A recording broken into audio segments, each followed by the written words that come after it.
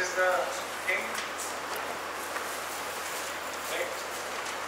I made a small mistake. Actually, I mixed these up. They are same thing. One and the same thing.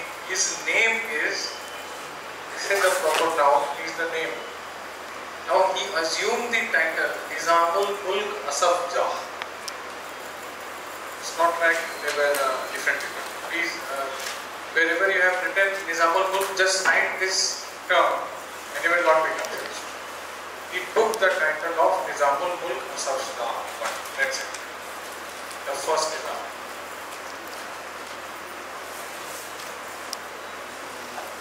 I told you, little Mughals, we all have to be very careful. One thing you miss and then it messes up. Okay, all of you? This guy, the founder of Hyderabad, took this title. This is same title, Nizamul Mulk Asaf Jah.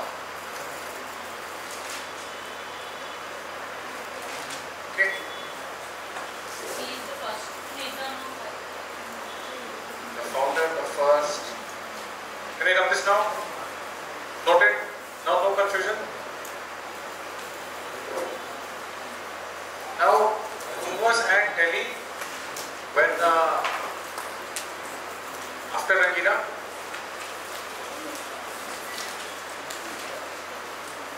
In Delhi, the Mughal king.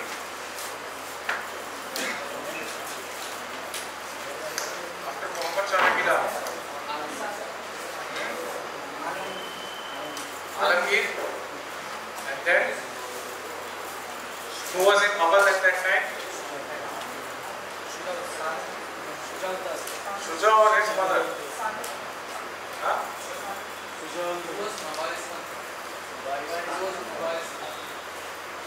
Who?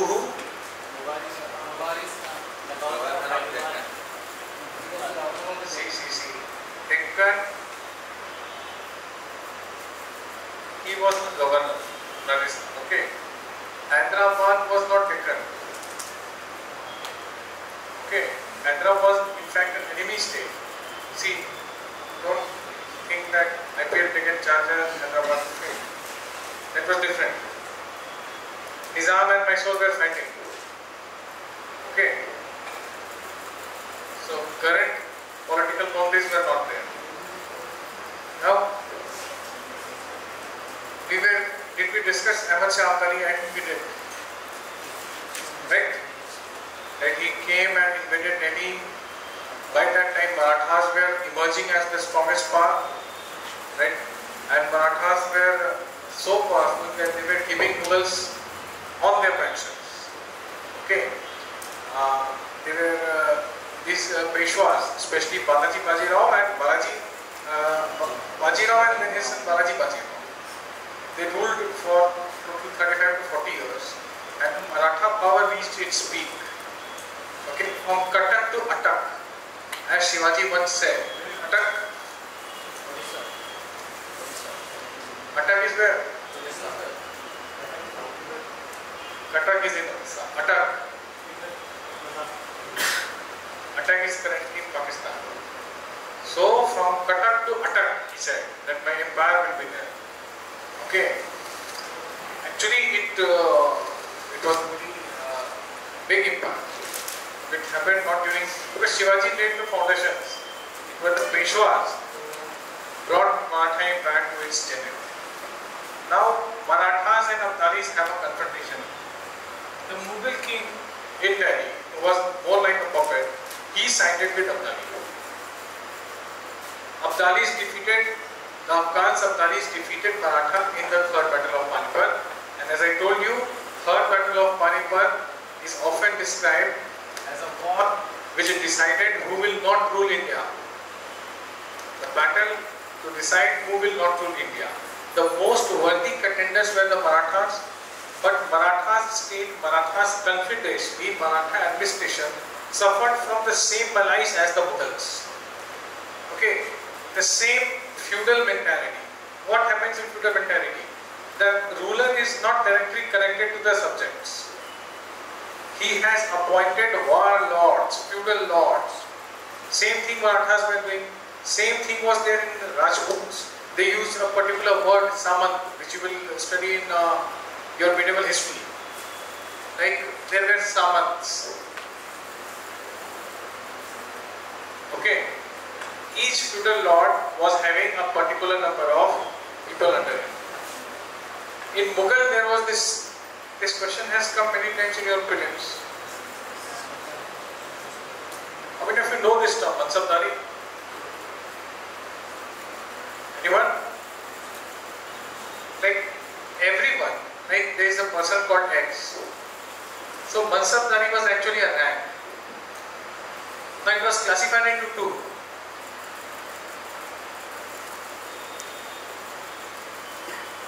Saman and Jat. Jat was his personal rank. Highest rank went to Man Singh, 8,000 Mansabdar. He was the rank of 8,000 Mansabdar. So Jat was the personal rank that a Mansabdar could have. Samar was the number of horsemen he is supposed to maintain. Samar, Gursavar. The number of horsemen that he is supposed to maintain. So anyone with an equal number of Samar and Jat was a high rank Mansab. A Mansabdar with a 4,000 Samar and 4,000 Jat is actually greater than 4,000 Samar and 2,000 Jat. Understood? Highest was given to Man Singh.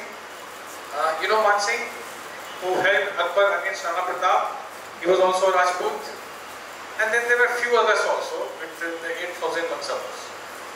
So this is how it was done. So what would happen when the king is going to fight? All these Mansabs will turn up with their cavalry. Not cavalry, the horsemen, the forces, the troops, right? Same thing. So this system actually created a pyramid. Okay. All these feudal lords used to maintain their own militia. And in the times of war, they were supposed to assist their respective kings. That way, king and soldiers could not identify with each other. Soldiers were more loyal to the local kings, rather than his king fighting for a supra king. Understood? Now the administration, economic system, where does the state get revenue from? In Mughal time, it came from the Mansabs. You will study about Khalisa. Khalisa was the land on which any production that was done, one part belongs to the king.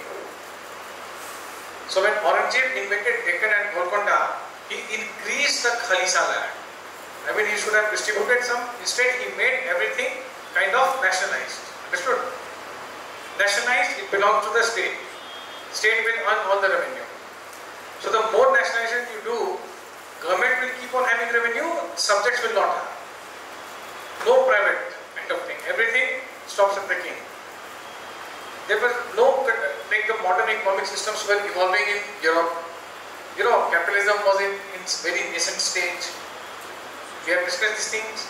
Factory-based mass production was happening. People could manufacture and sell products.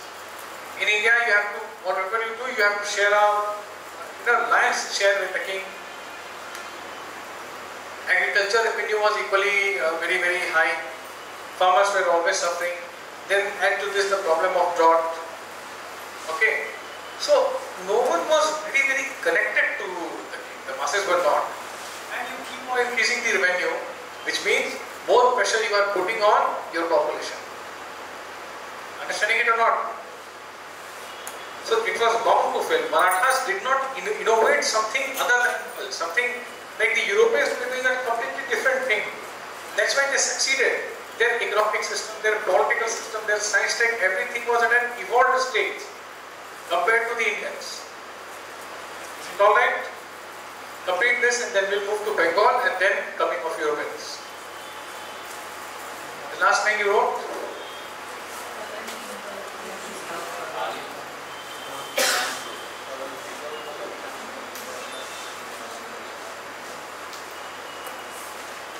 Alamgir died in 1759. Question? Any questions? Alamgir II This title was first taken by Aurangzeb.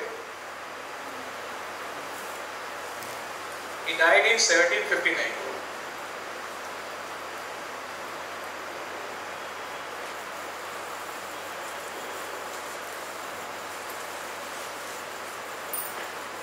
Shah Alam II, after him, this guy did his own coronation.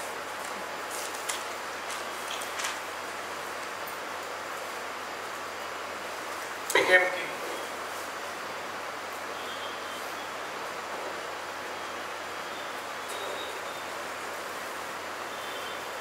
And he made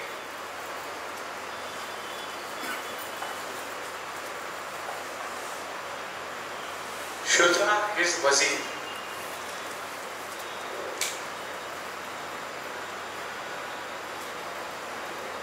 Who is this Shuja? Shuja-ud-Dawla. Where was he? Awadh. Whom he sided with in Battle of Plassey? Plassey. Third Battle of Panipat? Abdalis. So now he is the wazir of Mughals. Made Shuja his wazir. Shuja-ud-Dawla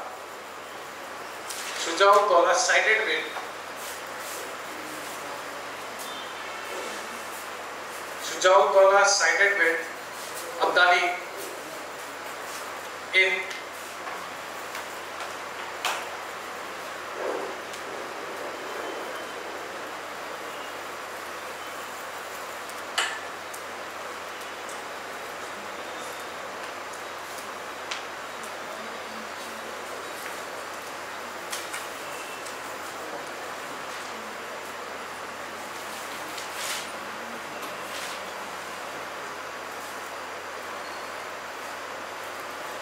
he wanted to defeat the Marathas, the Indian riders. 1761.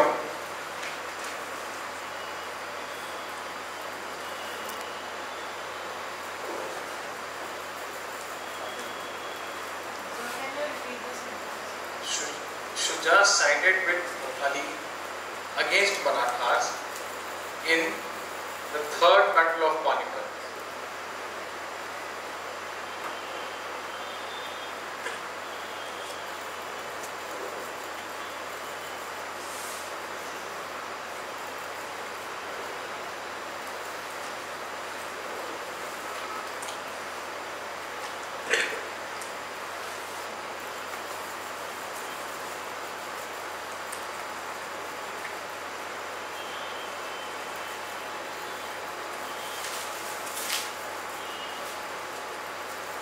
Finally, Shuja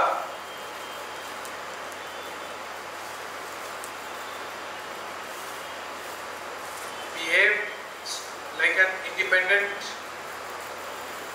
Finally, Shuja also behaved like an independent ruler.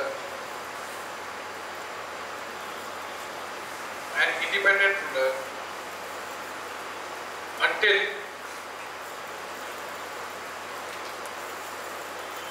1764, what happened here?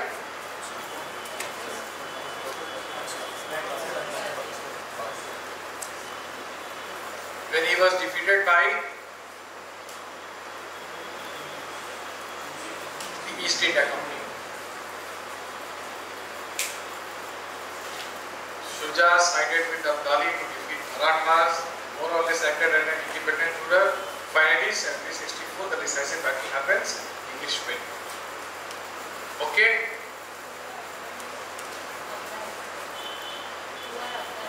Abdali won Afghans, I told you. Forgot.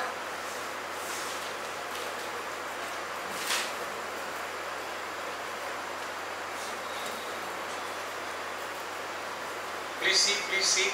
Anyone having doubt over Abdali?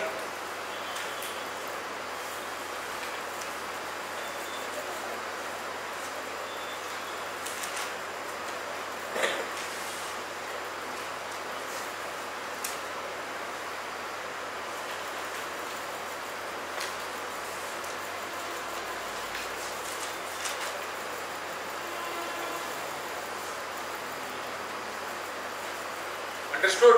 Can you recall? Anyone else having a problem in Nabdali? Come on. Two of you. Others? All of you. Can anyone explain the position of Abdali? Abdali was an Afghan king. He came, attacked Delhi, and the local ruler actually sided with him. Before this, what happened? Marathas were ruling over India. Marathas actually captured some parts of Delhi also, where they actually kind of expelled one of the agents of Abdali. Right? Now Abdali returns. Now Marathas are to fight with Abdalis. But some of the Indians sided with Abdali, like Shuja.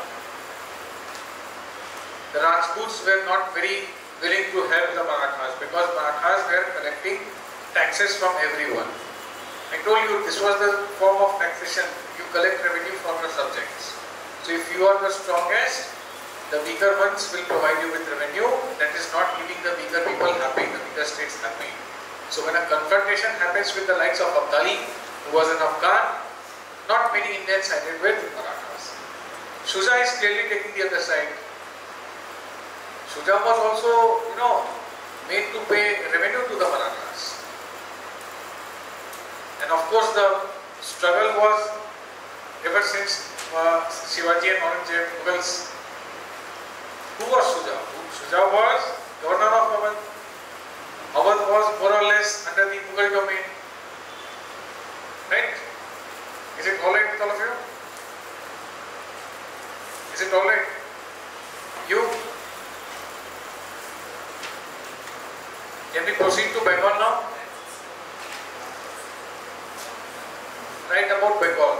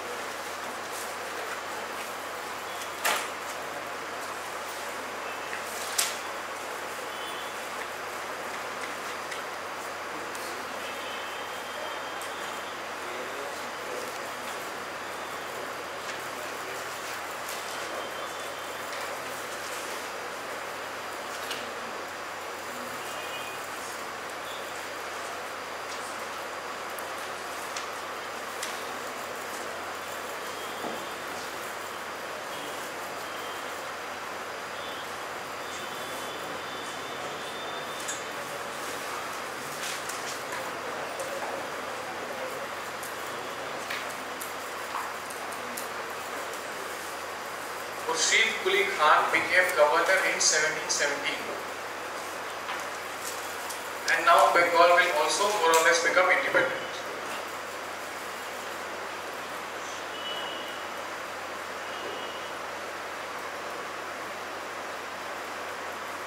Now, actually it was, initially he was sent by Aurangzeb. Okay, he was the one who sent him. He never knew that he will become independent. Why he was sent by Aurangzeb? Because initially Aurangzeb sent him as the Diwan. Diwan means collector, revenue collector.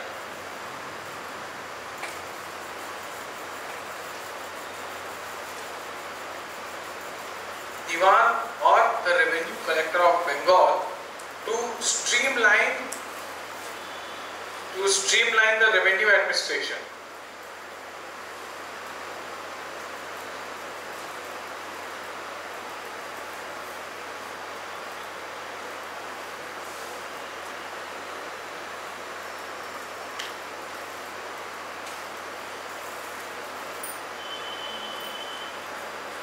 In 1710, Bahadur Shah reappointed him because Aurangzeb died in 1707. Right? So the new ruler used to do fresh appointments. Mostly when there was a turmoil. So turmoil started during his reign, but after him it became more profound, right? So he reappointed Bahadur Shah. Bahadur Shah reappointed him, Murshid Quli Khan, in 1710. Same man appointed by the new king.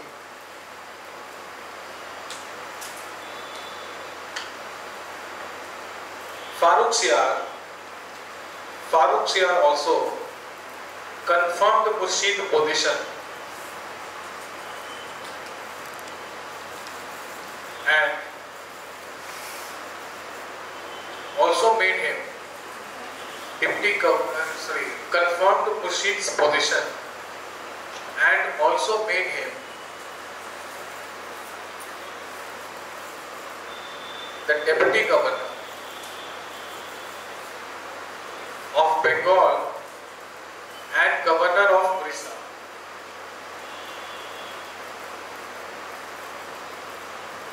The deputy governor of Bengal and governor of Orissa.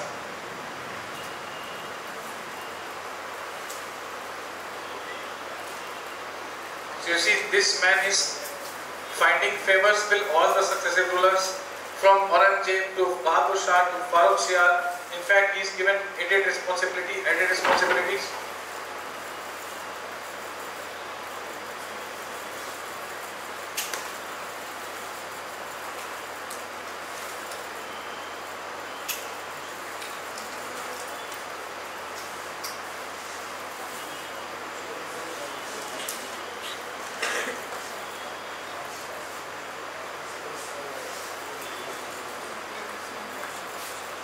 Okay.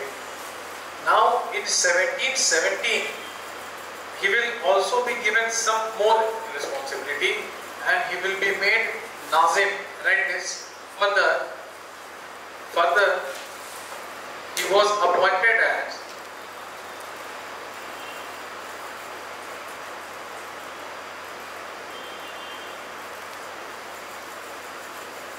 the Nazim of Bengal. Nazim is again instead of Nizam, they are saying Nazim. Administrator, the head of that very province. Everything administration, ministry will point on to him. And here one important development happened. And here he was given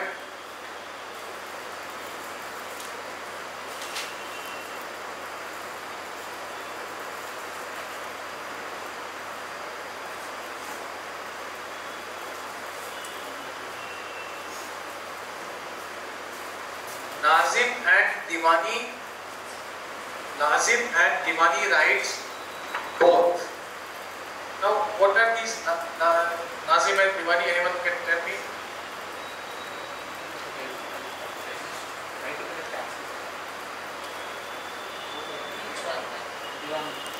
Nazim?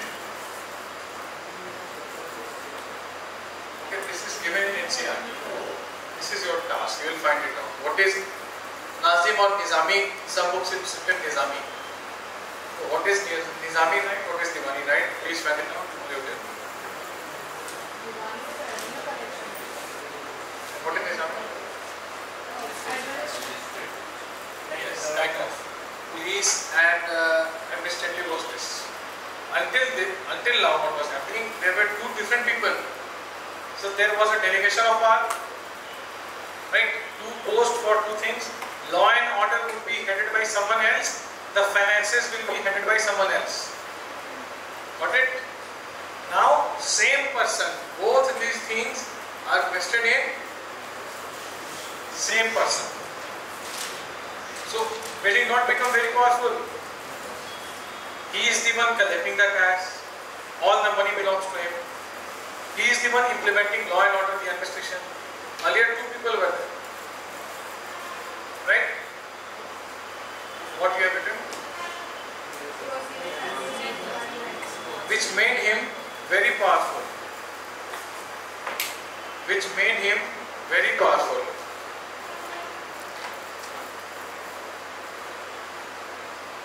Throughout the Mughal Empire,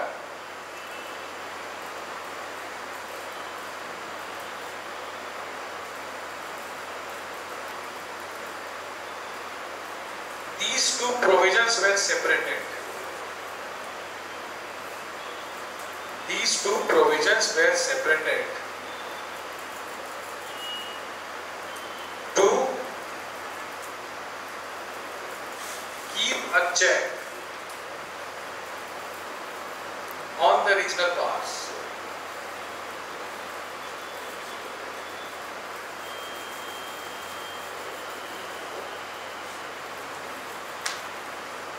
But now it was done away with. Now it was done away with. So will not Murshid Quli Khan become very, very powerful? The Mughals were smart. They knew that concentration of power in the hands of regional players will make them very, very powerful. So they kept checks and balances. Nizamat X, Diwani Y. Now Nizamat and Diwani both Murshid Quli Khan. And he was again a very able administrator. Only fourth person who is able, right? Can you tell me the name of other three? Hello.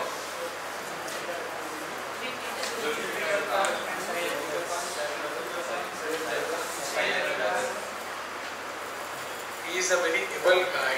The other three able guys in Mughal.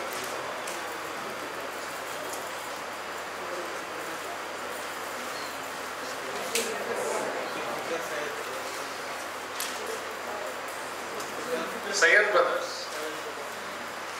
What were the names? And third one? Zulfikar. Whom Zulfikar made king? Sayyid brothers made king. How many people they made king?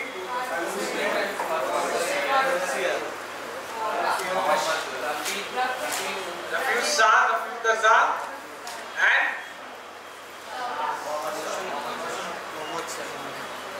can this not be a question? ऐसे question आ जाएगा कि Syed brothers को history में king makers कहते हैं। इनमें से कितनों को उन्होंने किंग बनाया? This is how the question will be asked. 1, 2, 3, 4. X, Y, Z, A. Then there will be. Okay. All of these and all these. You keep picking the option here.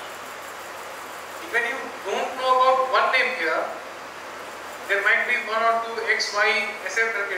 Even if you don't know one, entire thing will be ignored. Will mess up this entire question.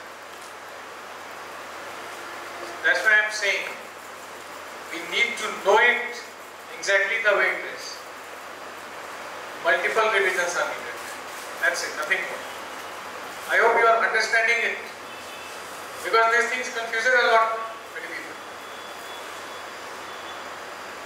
Talk to anyone who has prepared for at least a year and question him on later Mughals. You ask any question. इसके बाद कौन है? देखना क्या होगा? कैसा भी हो, उसका prelims clear हुआ है, interview का क्या? Just try this a small experiment. Okay?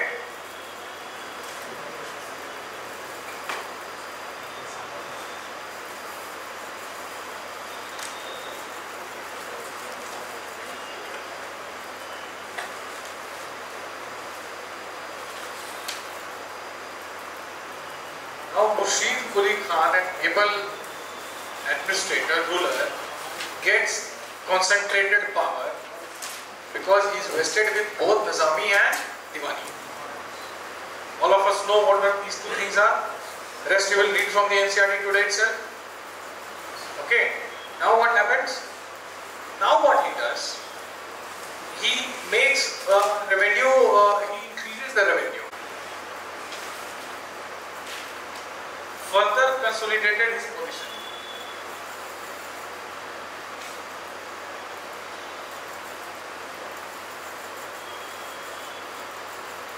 He did not defy DEFY.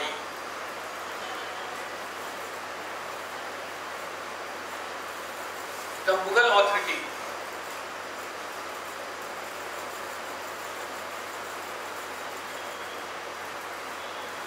It did not defy the Mughal authority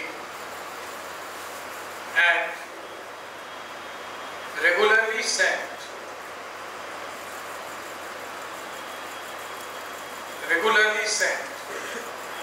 revenue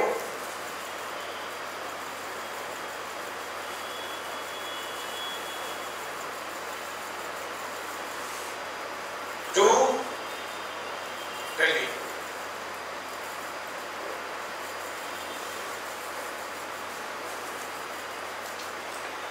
He was a successful revenue administrator.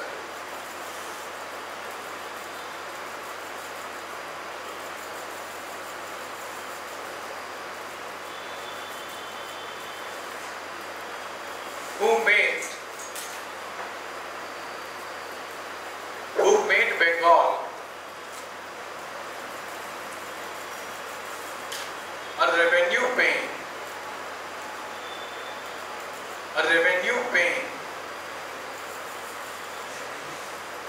surplus, who made Bengal a revenue paying surplus province. See, these were the times of chaos, right? No province was doing well. And in those turbulent times, Murshid Quli Khan, with whatever revenue administration he knew of, he made Bengal an increased revenue share in Bengal had. And he was regularly sending the same share that the king should have, the rightful share. He was regularly sending it to Delhi. Okay. And now Bengal will have trade relations with the world. Now world will be interested in Bengal and India. Okay. So this is how it will happen. Write about it also. Revenue collection.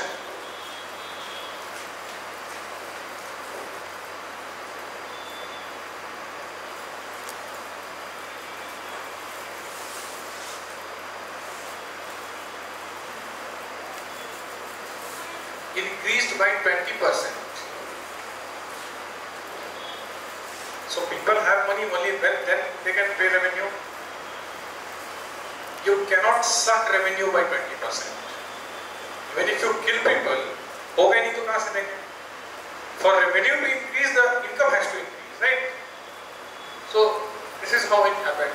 20% between 1700 to 1722.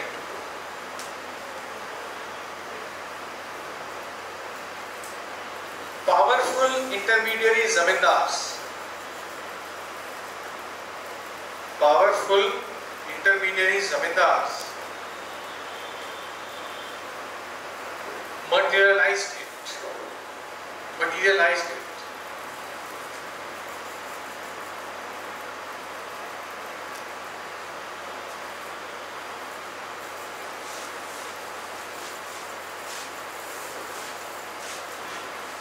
So he died in 1727, Murshid Quli Khan. And by that time, Bengal's financial health was very good.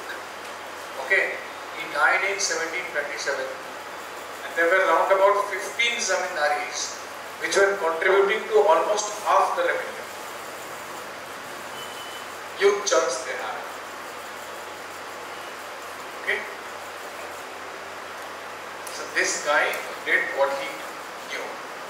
Increase the revenue, rest, everything was more or less same. There was no such welfare oriented or he was not very antagonistic to any particular section.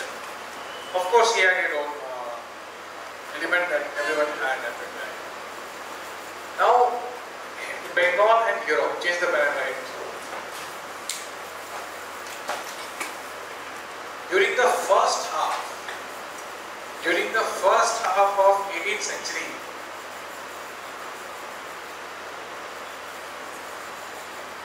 what do you mean by first half of 18th century? Beautiful.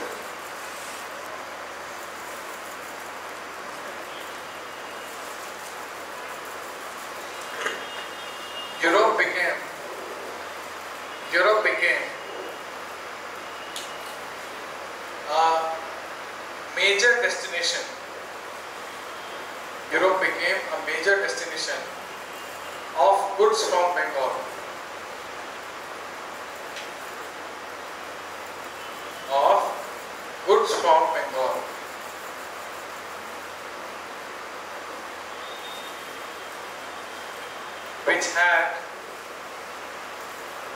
Which had a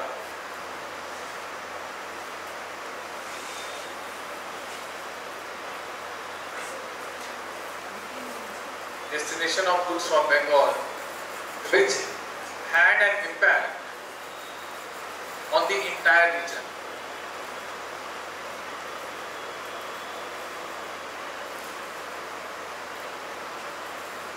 Which had an impact on the entire region.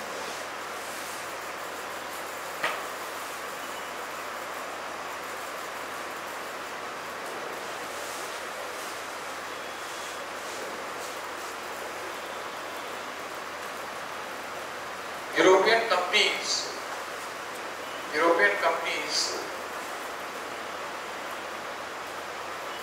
buy goods from Bengal, bought goods from Bengal.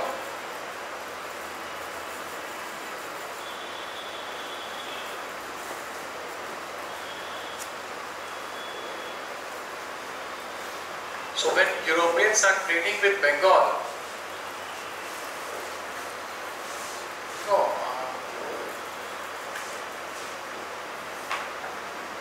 it will give rise to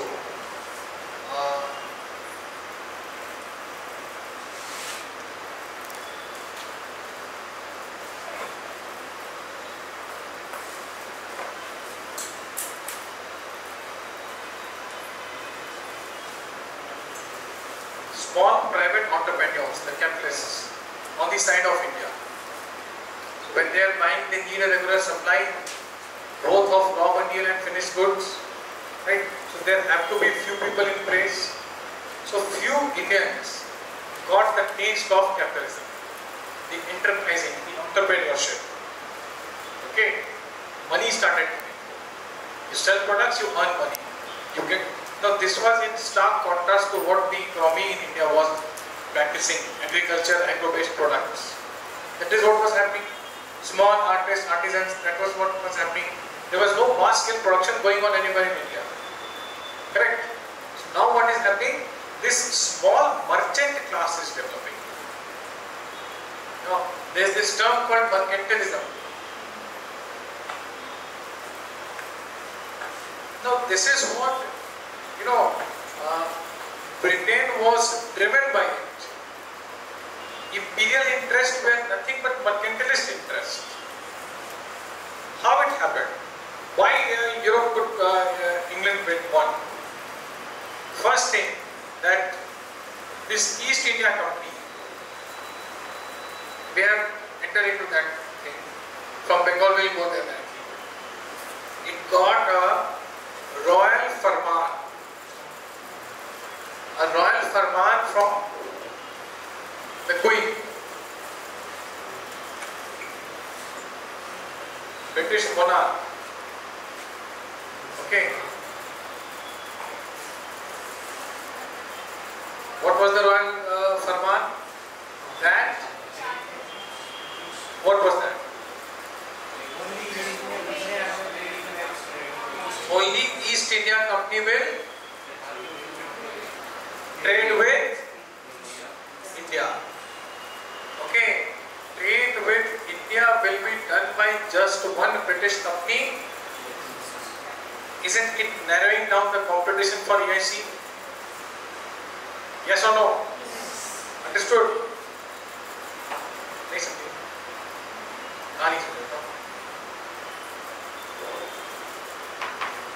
I know English, I know Hindi, I don't know Telugu. You have to understand these two languages. Please tell me where the issue is. Okay, we'll leave it. You are carrying a pen. Name the pen. Which company? Flair. Do you have any other pen other than Flair? Cello. Okay. So if Flair says that, what is your name? Flair says that I will alone sell to Shweta. All these Cello and Renault and others cannot. Will they not have an advantage? So if the Queen says that only East India Company will trade with India, no other British company will the East India Company have an advantage or not? Yes.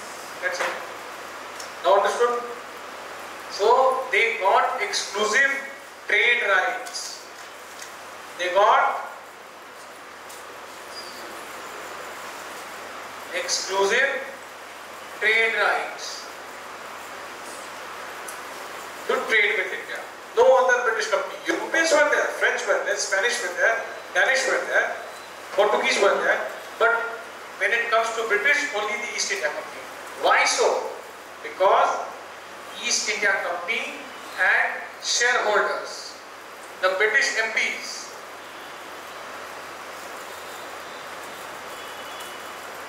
There are two houses of the English Parliament. Like in India we have Lok Sabha and Rajya Sabha. They have House of Lords and House of Commons. Okay. Both of them, both the Parliament of England, the parliamentarians of England had stakes in East India Company. Now can it happen in India? Can it? Can a parliamentarian have? Come on, Vijay Mallya was a Rajya Sabha parliamentarian. You know this? Rajiv Chand Shekhar, who sold Republic to Arnab Goswami. Why not? Office of profit is banned.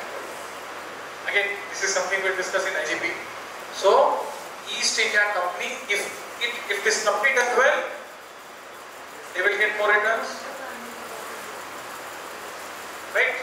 So, the company doing well was directly related to many parliamentarians in Britain. Now, this was the first thing. So, government was helping the company. French East India Company was not helped by the French. Okay? This was one of the major reasons. Secondly, English Navy was superior than the French Navy. Now you will fight the war, but your soldiers have to arrive. How will they arrive? On ships. There was no other way at that time.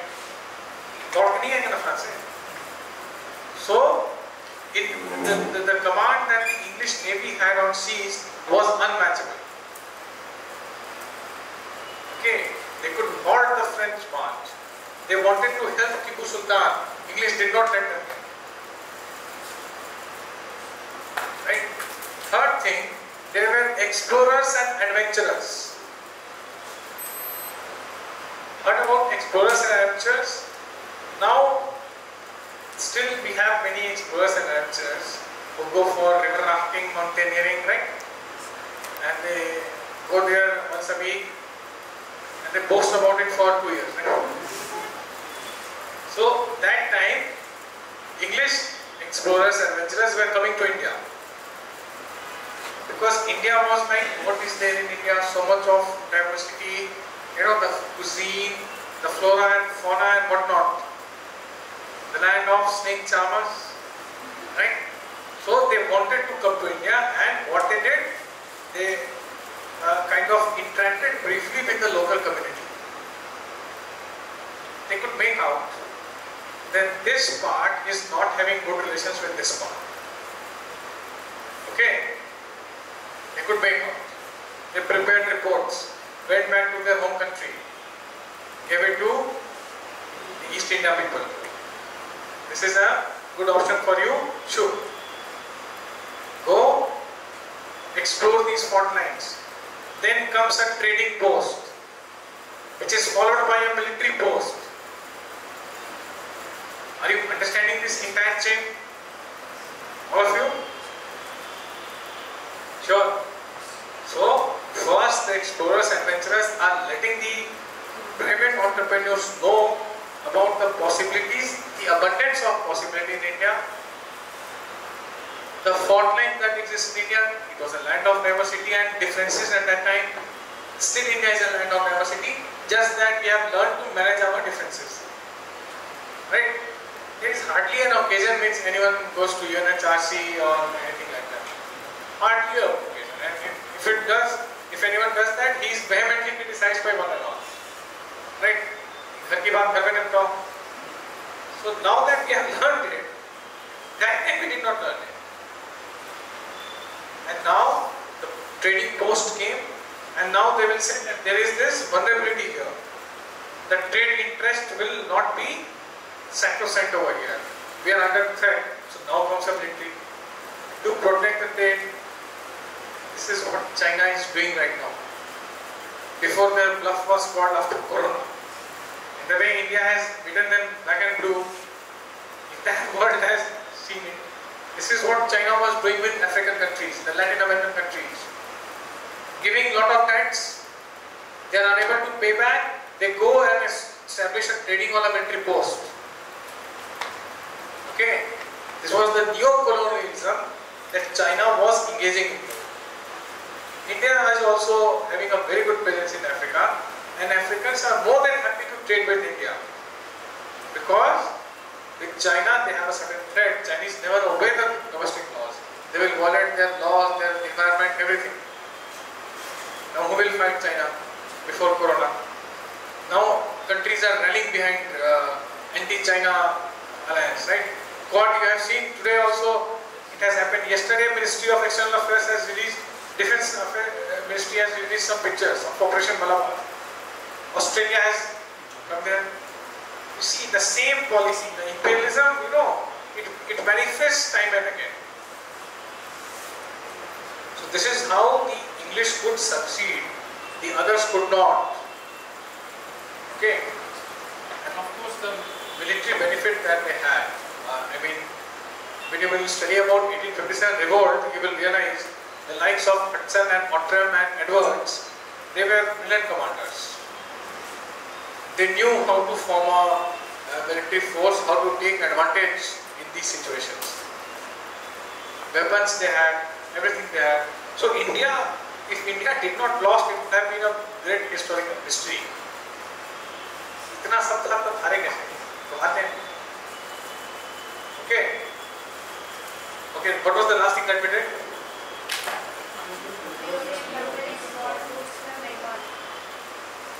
Okay. Continue with this. Few Indians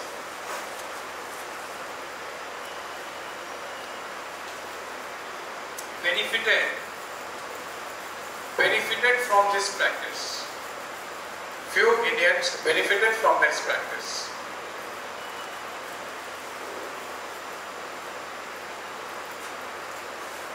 Like merchant Omid Chand.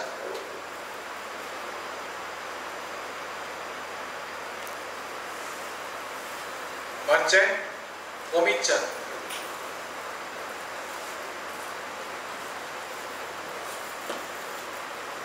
Banker Jagat Seth. These names will come again. Banker Jagat Seth.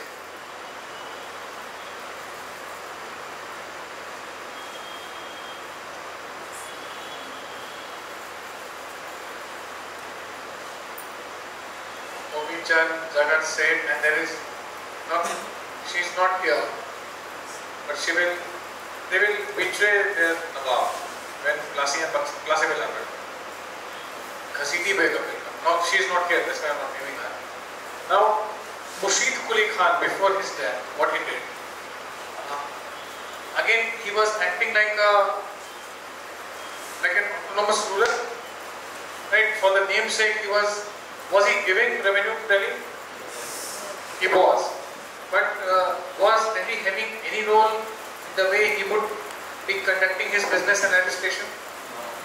Who the nobles are? Who is he appointing as nobles? No.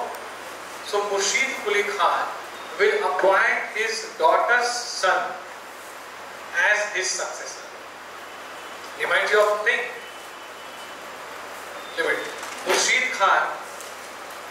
Murshid Khan appointed his daughter's son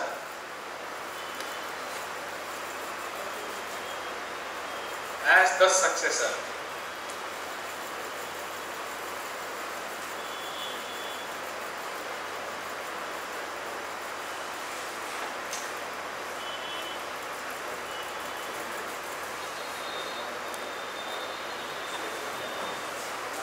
Sarfaraz Khan, Sarfaraz Khan,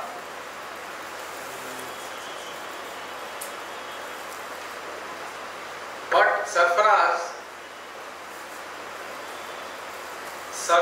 was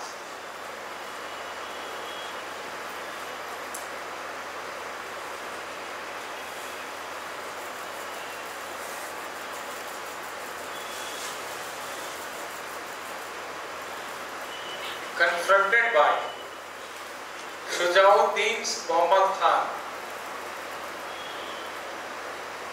Now who was he?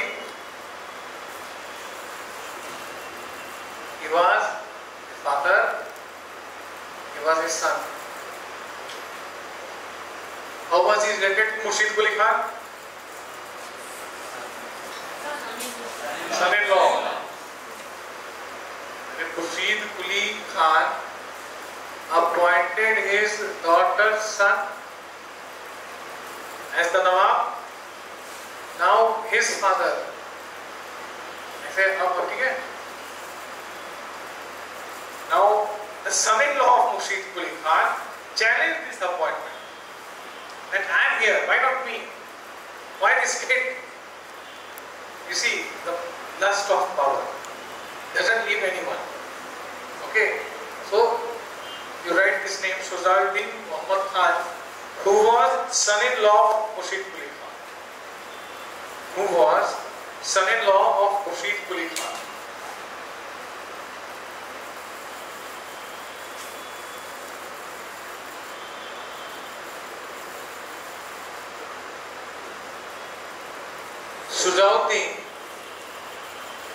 Shujauddin took control. Shujauddin took control of Bengal and Odisha. See, he is now taking the empire. Bengal and Odisha.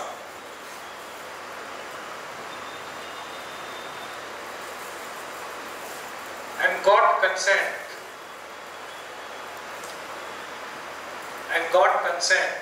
Who was in Delhi by this time? Muhammad Shah. See the year. And got consent from the Mughal king in Delhi, Muhammad Shah. I told you these events are happening simultaneously.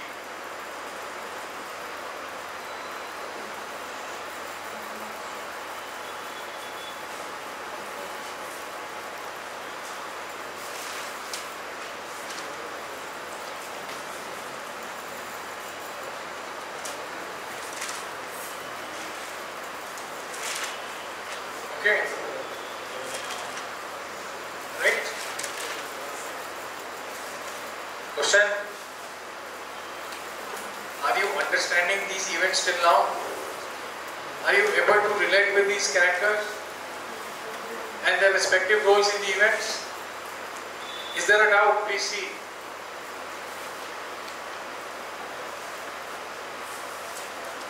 Okay. Now, Shujauddin did not kill his son. Sarfaraz was still there. Now, he was the new governor after Murshid Quli. He did not let him become the governor, but he was also there in the court. Now, how it was happening, how one group of nobles were challenged by the other, that we see. Now will come another character.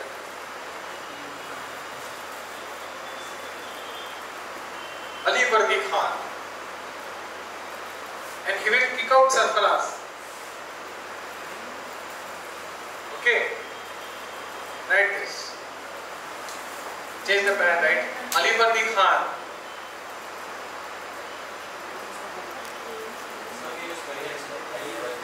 ANIBARDI. Ali Bardi Khan, the army commander,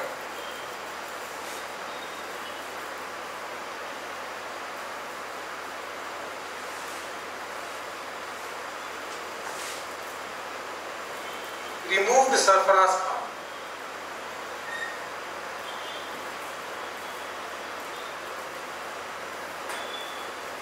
With the help of Jagat Seth.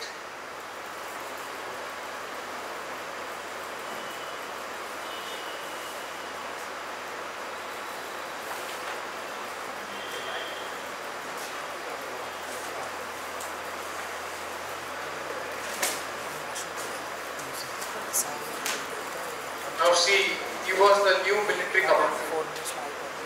Who was he?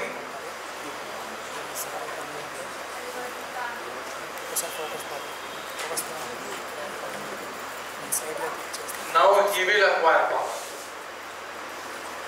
And now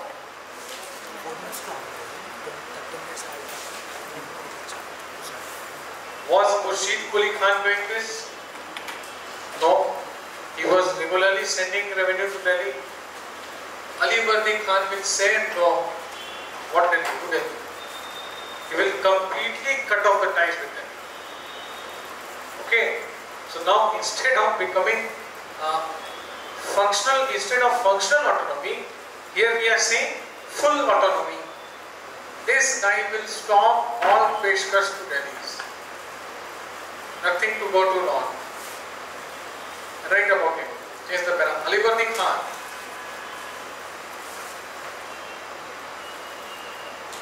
Marked a virtual break. Marked a virtual break with the Mughals.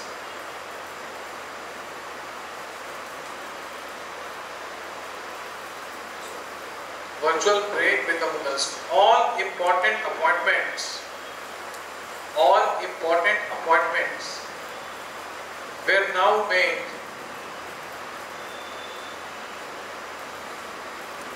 without any consultation from Delhi.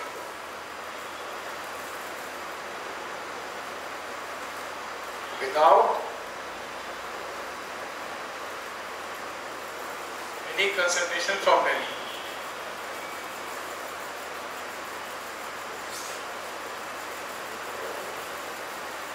The regular flow of revenue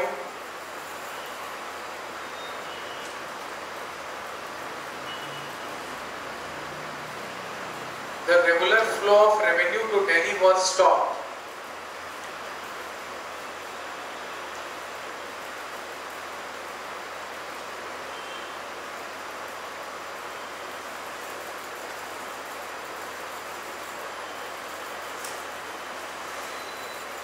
Okay, so he became almost an open king on his own.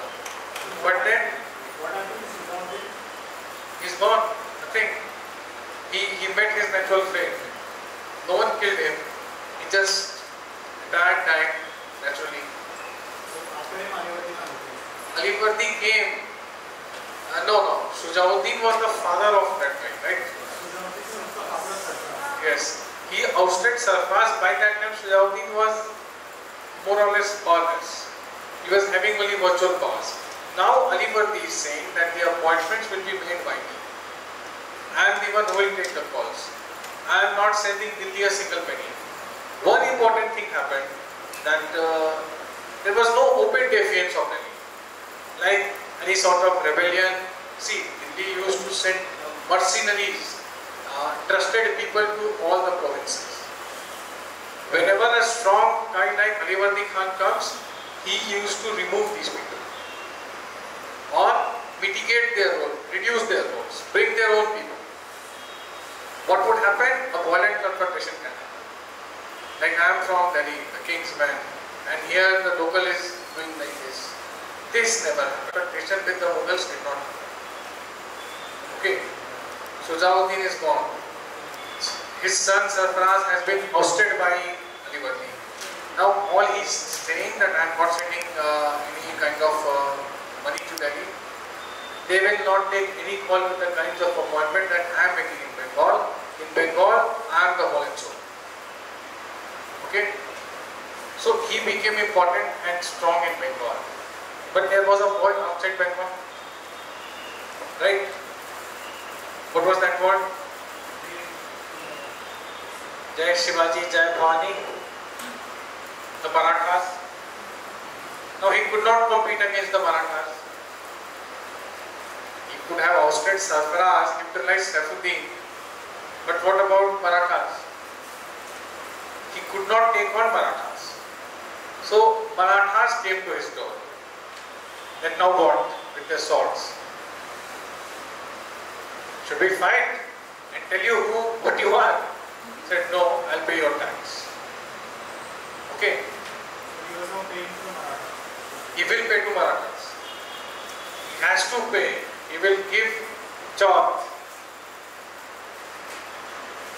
You may be strongest in Bengal, but there is a world outside Bengal. Because Alivardi Khan was strong in Bengal, but he had to pay the Marathas. He had to face the Marathas.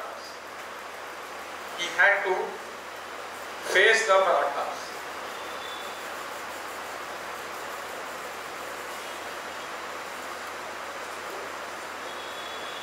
And he was no match for Marathas.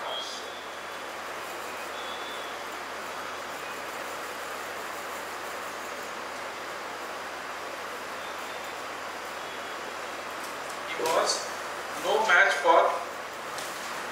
This statement becomes wrong. The statements tell us that Alivardi is better than Marathas. Marathas were no match for him. Yeah, he could not win over Marathas. Simply. Finally, in 1751,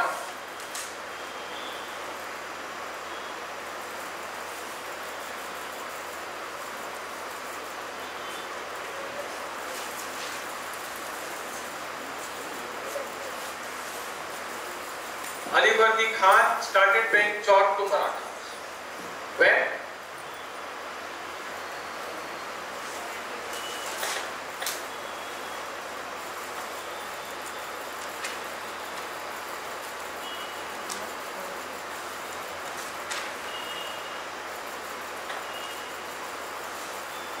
You know chauth, just in bracket you write 1/4 chauth, 4, 4, 1/4 of revenue.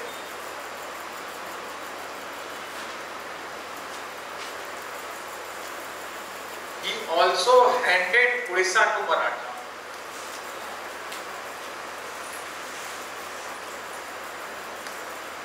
The MCQ can come.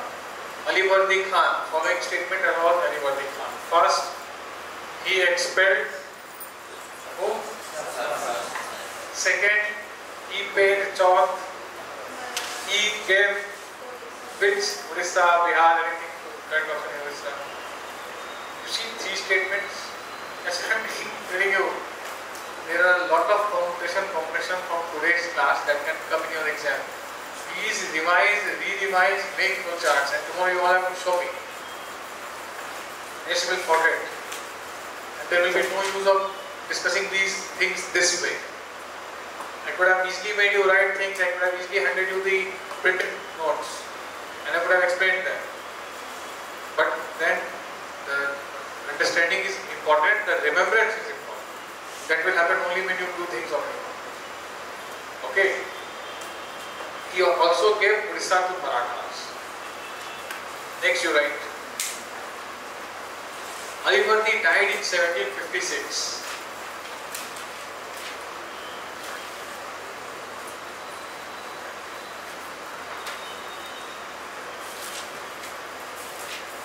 He died in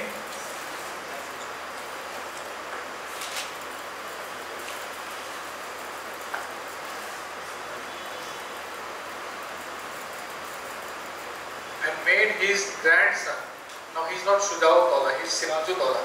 Shujauddaulah is in Awadh. Sirajuddaulah is Alivardi's grandson in Bengal. Made his grandson Sirajuddaulah as the successor.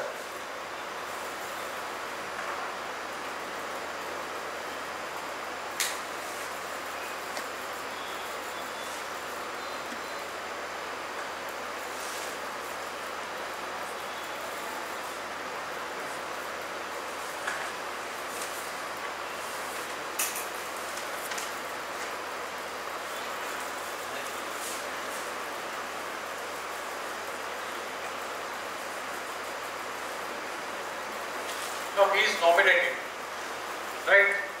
So nominations are not accepted. Not accepted.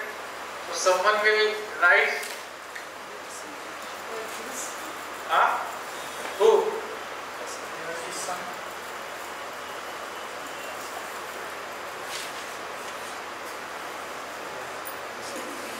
Surajuddaula was challenged by Khasidi Begum. I can't help you know the names. I did not ask them to fight. है इतने character में क्या नहीं was challenged by Khasidi Begum. अब ये महारानी कौन थी बताओ? No.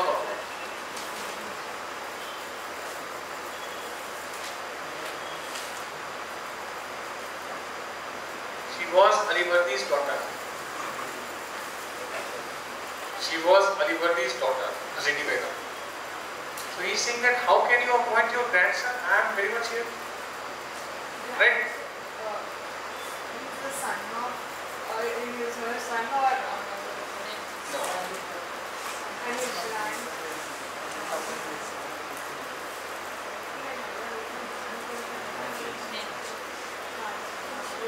Chachi. Wow. In the grandson, Pota, not Nati. Okay. She has no role in her existence, in his existence. Okay. So, challenged by Khasidi Begum and the Faujdar of Purnia. There is another character. F-A-U-Z-D-A-R. Faujdar of Purnia. Purnia is a small town in Bihar. Shaukat Jung. So, he will aid him.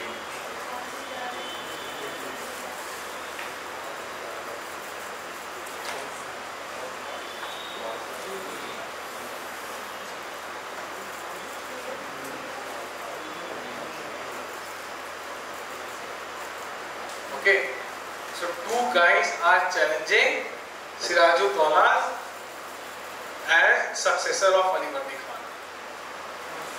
One is her own aunt. In English we have one word, aunt. Simplify everything, right?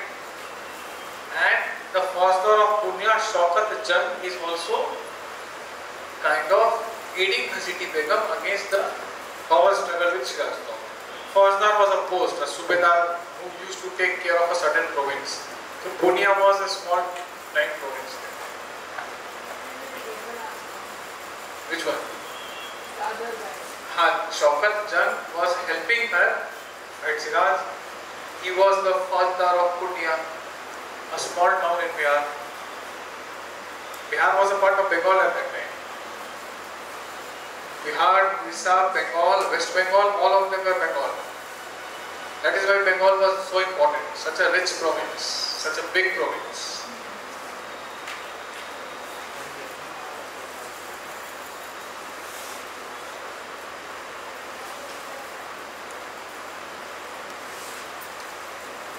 Now, what will happen? When aunt will fight and nephew, right? What will happen? She is the daughter, he is the grandson. They are fighting each other. So intense factionalism will happen.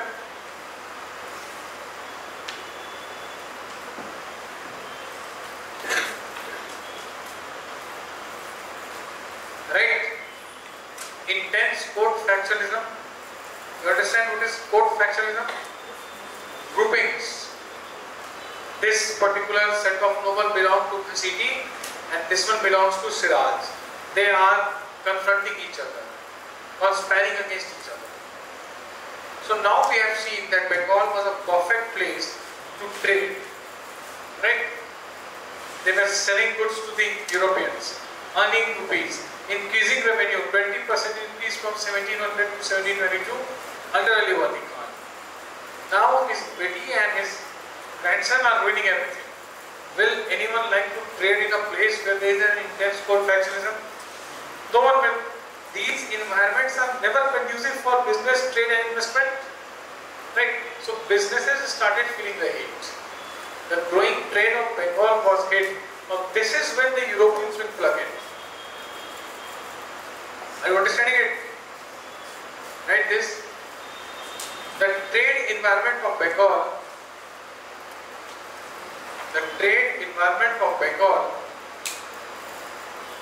was hit.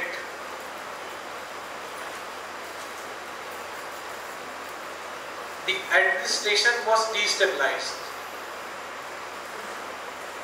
Environment of Bengal was hit. When the trade environment is hit, the revenue is affected, right? Who is at loss? The state is. The administration was destabilized because the administration is fighting each other, right? Ghasiti's administration, Siraj administration, not Bengal's administration. So revenue has decreased because the business are fearing loss is going to the state. Administration is already destabilized. Perfect platter for Europeans to come and swallow everything, right? So right, this was the time. This was the time when Europeans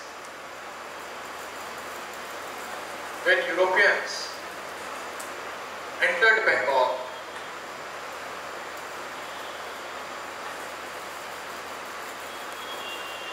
The East India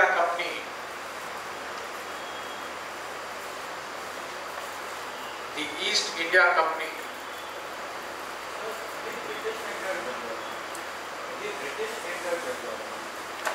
others also tried, British succeeded. The East India Companies made a strong foothold in Bengal. The East India Company made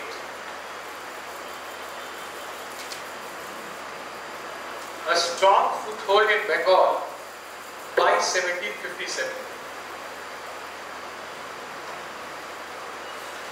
Within brackets you write Battle of Plassey.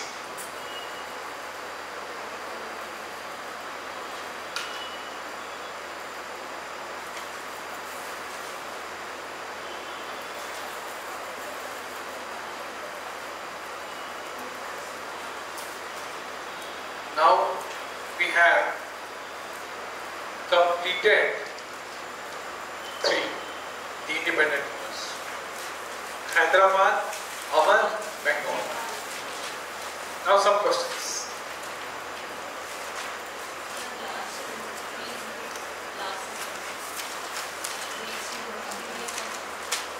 What was that? Can somebody help? Foothold in Bengal 1757. By 1757, within brackets you write Battle of Plassey.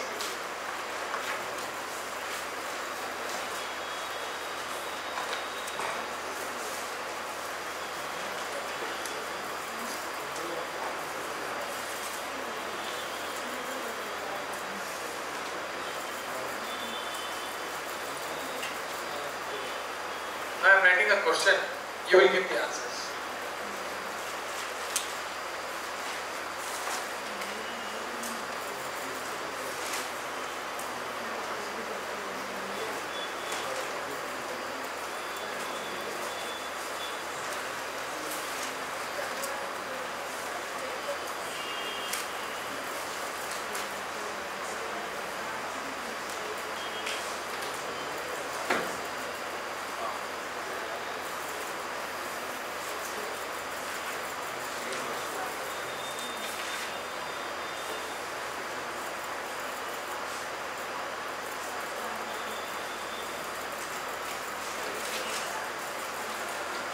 Can you correctly match them?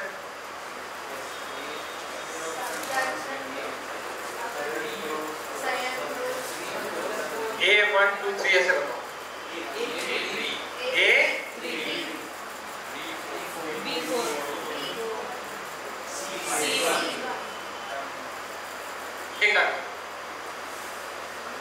Bengal is not an option here, right?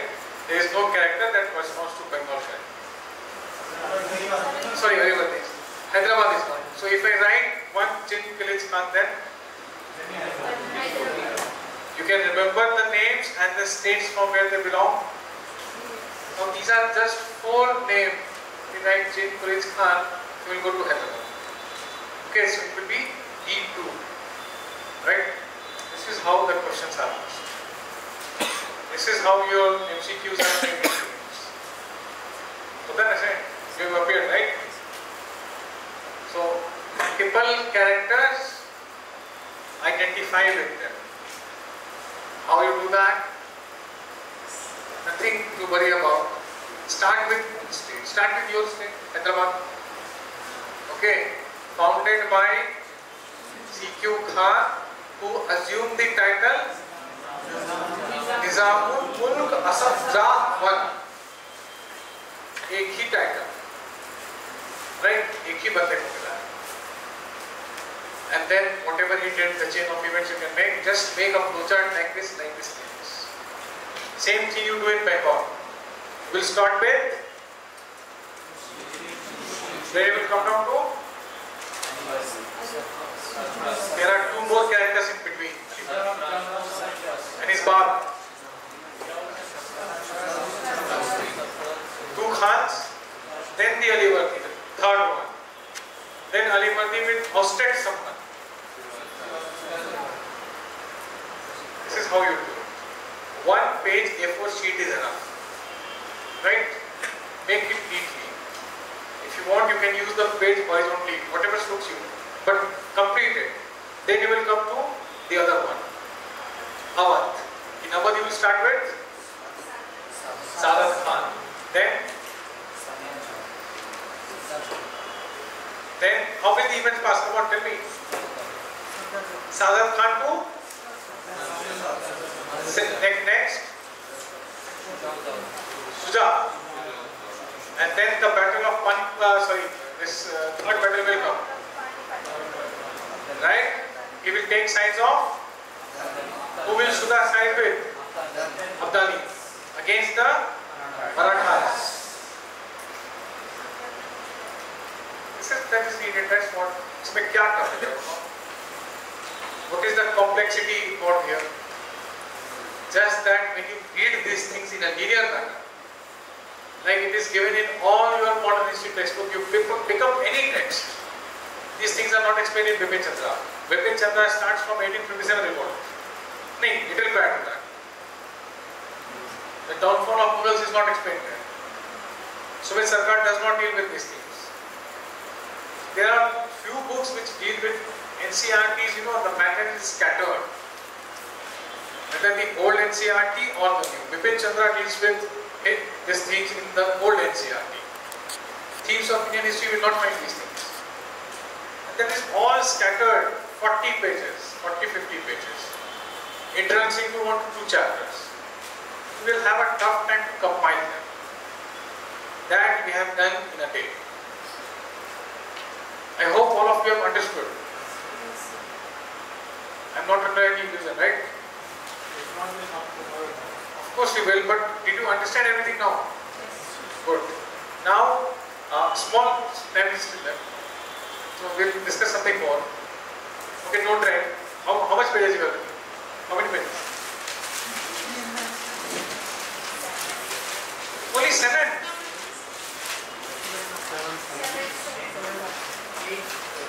7 means 14 pages. 6 nothing you have. Then we have had almost 5.5 hours, close to 6 hours. So we have understood more, written less. That is what I want. I don't want you to just slam it. You don't understand anything. Now, I'll discuss something more with you. The coming of Europeans. Now, of all the Europeans, Portuguese, French, Dutch, Spanish, English. Now, many books do not go into the Spanish also, but questions can be asked from Spanish also. Now, what is happening? I told you why English succeeded amongst all, right? The kind of navy that they had, the kind of support they had from their government.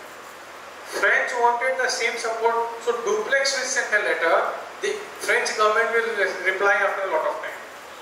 East India Company will get a very prompt reply from the British government. Okay, so this is how it was happening. The navy was superior and England was winning in Europe also. That was having a cascading effect in India. Okay. It's not like, see, strength is, power is always relative. Right? Power is always relative. So when they were doing well in their home turf, they were doing well in the foreign of India as well. And Britishers, actually, the kind of ploys that they have used, the doctrine of lapse. The other one, anyone who knows doctrine of lapse?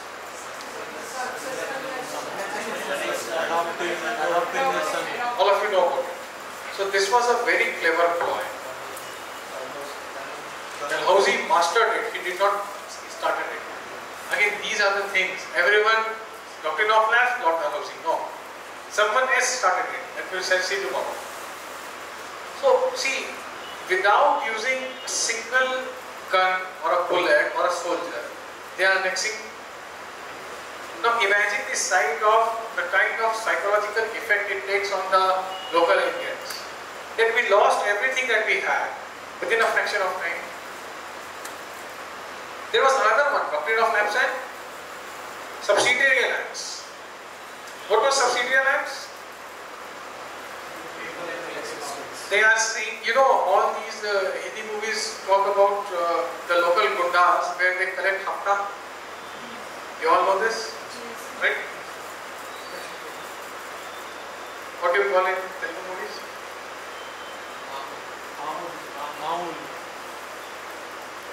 You know what is the word? Maamul. That is hafta or gunda. So a powerful person, a gunda type thing, villain is collecting what they call. Okay. So English said that you are under threat. English said to a local king that you all are under threat. Why we are under threat? Because your neighbor will attack you. I will protect you. Give me what? Give it to me. And what I will do out of that, whatever, I will station a troop at your state. Okay.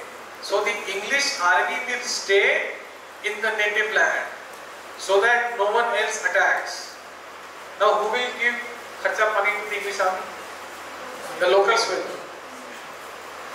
अगर 1000 की फौज रहती है तो उनके खाने पीने cigarette बीड़ी का कुछ खर्चा आएगा? The local will take care of it. The local king will take care of all the expense of the outstationed British troop in his own country. Okay, the local ruler cannot do any alliance with any neighbors. He cannot declare war. He cannot sign a friendship treaty. The local ruler cannot employ any other European into his service because the likes of Tipu Sultan and Hyder Ali were so friendly with French. Right? He planted a tree. Who was there? Someone went there? Did not see? So, he is like that he is getting too close to French. Now, French will make him learn the same thing that the Britishers knew. French and British differed marginally. Indians and British differed largely. So, you cannot take help of any other Europeans. You will employ them in your military. Okay. You will employ them in your administration. You will learn everything. So, no, not without the British permission. So, local power used all the independence, the sovereignty. Right? And through these two doctrines, they psychologically played on the minds of the Indians. Now, they saw the infighting between the Indians. You know, Anglo-Mysore war, second time British will fight Mysore, Hyder Ali is there. This was not Hyder Ali versus British. It was Hyder Ali versus British plus Nizam plus Marathas. So the two Indian sides aided with the British to defeat another Indian side. That was what was happening, very normal for that time. The concept of India as we know today did not exist at that time. When India became independent, 565 states were there. Sardar Patel had to integrate all of them. There is a beautiful cartoon in your class 12 NCERT. Acha, have you started reading the NCERT? I told this when I was in Delhi only. Class 12 political science, 2 books are there, please read them. Sardar Patel is going to a local Maharaja.